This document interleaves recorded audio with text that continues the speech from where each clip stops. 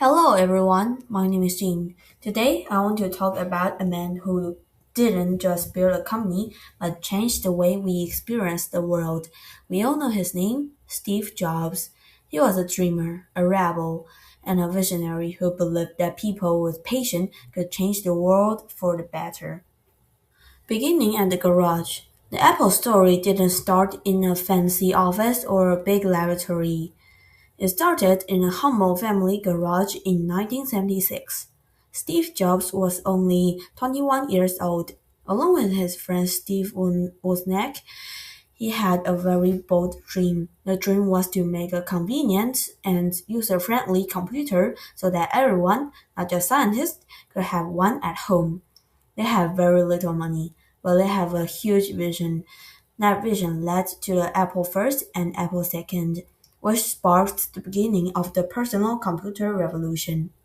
Fall and growth. However, success is rarely a straight line. In 1985, at the age of 30, Steve Jobs was pushed out of Apple, the very company he founded.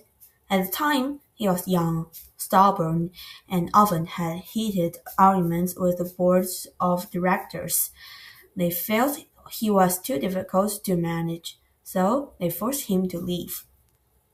At first, he felt like a public failure.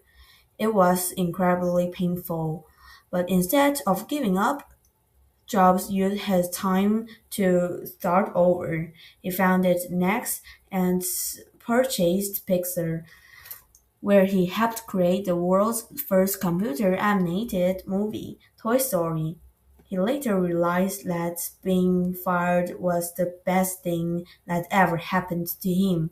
It forced him to grow, to learn about leadership, and to think even more creatively. The innovation. The world watched in surprise when he returned to Apple in 1997.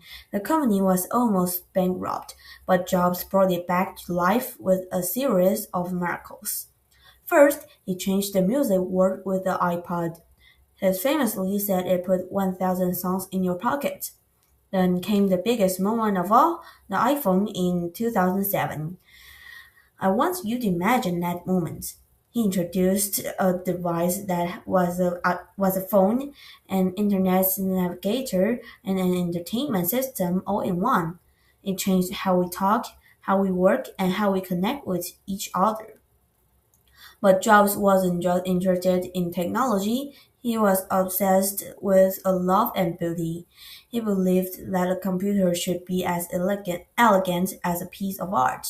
He removed the clutter and made everything intuitive. He proved that when you combine the power of science with the soul of art, you create something truly magical. Conclusion. Even though Steve Jobs passed away in 2011, his message remains powerful. He famously told students, "Stay hungry, stay foolish." This means we should never stop learning, and we should never be afraid to be the crazy ones who try something new. So remember his story. It's okay to start in a garage. It's okay to fail. As long as you follow your heart and your intuition, you can achieve the impossible. And it is over today. Bet you'll learn more about this impossible man. And see you next time. Bye.